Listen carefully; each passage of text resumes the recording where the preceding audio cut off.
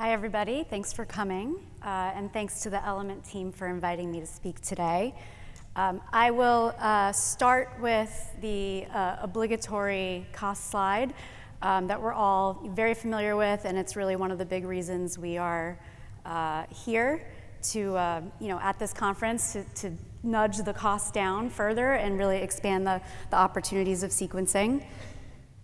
And as we think about kind of, where we're going and where we've been, our history at the Broad is to, as Stacy mentioned earlier, test, as many technologies as we can that are appropriate given the criteria that we sort of put them through, which includes looking at data and thinking about the stability of the instrumentation and sort of our investment in that technology over time increasing based on sort of the early work that we're doing. And I can tell you we've spent time thinking about many of the technologies here at the conference.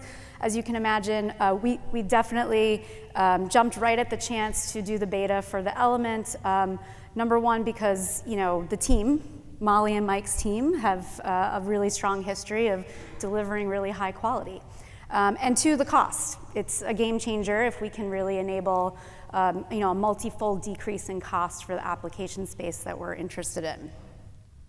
And so, as you all are aware, we generate a lot of data. We do a lot of population scale sequencing.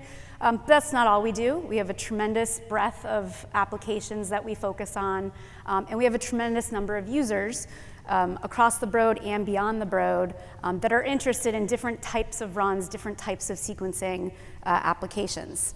So, our motivation originally to test the AVITI was really kind of focused in one area, which deals with a wide breadth of applications. So we have this process and this service that we've had for over a decade at the Broad called walk-up sequencing. It was really developed as a way for researchers across the Broad to literally walk over to the sequencing group, hand us a sample, and we guarantee them to get on a sequencer within 24 hours of handing that tube to us. And so they often prep the libraries or do something interesting in terms of experimentation and want to get results back very quickly. And so we've been offering that for a long time. It's grown over the course of many years. It's now a very large business. In the last year, we've done over 2,000 runs for a variety of researchers across a very wide variety of applications.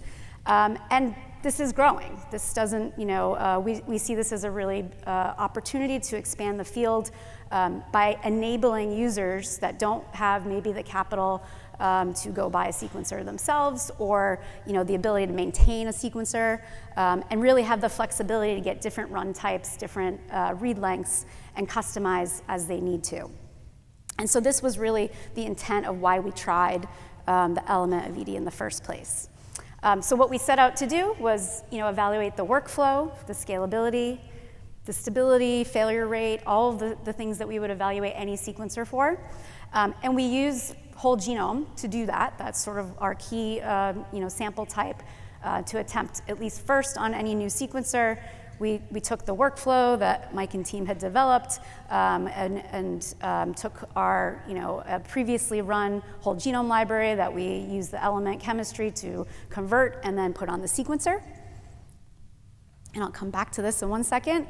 And the experience was very positive. So we had the beta instrument for on the order of 3 weeks. It was very seamless in terms of installation. It worked up, got up and running quickly. The flow cells all look great, greater than 90% Q30 for all the runs, very high average quality. And the yields, were better than we expected and better than reported, and what the Element team kind of told us to expect. So what we like about the system so far is number one, the flexibility, so that you can run the two sides of the instrument independently, so you can be setting up different types of runs, different read lengths, different cartridges. The output has been very good, so we've been getting up to 300 gigabases of output during this first beta experience. The cost is, like I said, game-changing for many researchers that want to be able to do, very quick turnaround, very varying types of applications on the sequencer. And the data quality was essentially equivalent to what we see on our Illumina machines. So it's, sort of an easy plug and play from where they are using a NextSeq or any of the other sequencing types.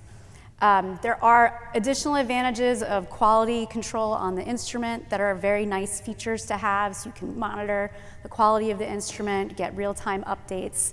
And for us, we had no run failures during this beta period. So all the runs, the 9 runs that we kicked off, all worked and all worked great. To be fair, there's a couple things we know they need to work on. We want to make sure we can get the input to the circularization down.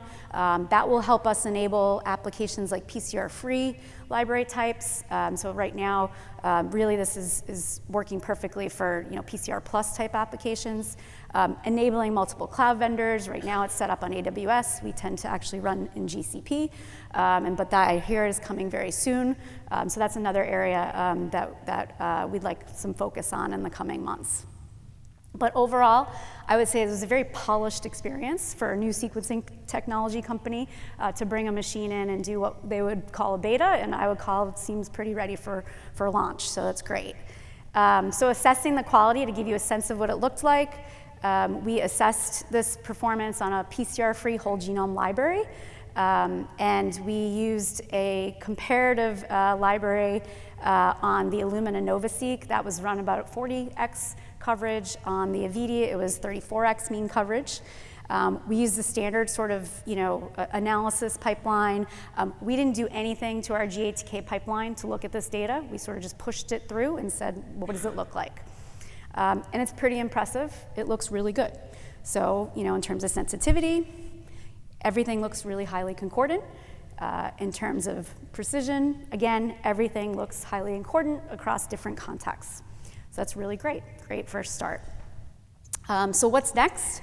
For us, we've decided to move forward. We've purchased 3 instruments. The first one actually got here, and I'm just going to skip back for 1 second. This is the Element team. Actually, we're in our lab on Saturday and ran the first qualification runs, and they look really good. And so we're very pleased with that. So the first one is in-house, and our team is going to be getting very busy with it in the next couple weeks. And our plan is to unleash it for our walk-up sequencing service. So again, folks within the Broad, as well as beyond the Broad, can come, essentially send us samples directly that are ready to go onto the sequencer, and we'll get that on and sort of try a variety of different applications to really expand the breadth of what they can do at the cost that they can do it currently. But in addition, there are some unique use cases of folks that are currently using maybe a NovaSeq S4, but have low batch size and sort of struggle to fill a flow cell on the S4 at the read lengths or anything that they want. So there's sort of a sweet spot there, we think, for AVITI as well. So things like small somatic panels that come in sort of small batches, they may need deep coverage, but maybe not a full S4 flow cell deep coverage. So this would be a great option for those types of projects. Microbial sequencing is in a similar situation. Often the batch sizes are big, but the coverage doesn't need to be quite that big, so this sort of size run would be good. Other things like low batch size, a single genome that would be going through, for instance, or top-off type genomes where we're just, we've run on the S4 and we need to top off quickly because the data quality is looking so good and essentially equivalent. We think there's an opportunity to be able to mix those data types as needed for those particular applications.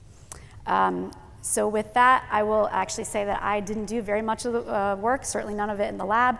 I'll point out Michelle Cipiccio, who's actually here at the conference, so I encourage you to reach out to her, Sophie Lowe as well, who did a lot of the lab work, and Michael, who's also here. Those 3 are here if you'd like to pick their brains about what their experiences was with the instrument so far, and of course the entire group back at the Broad. So thank you very much.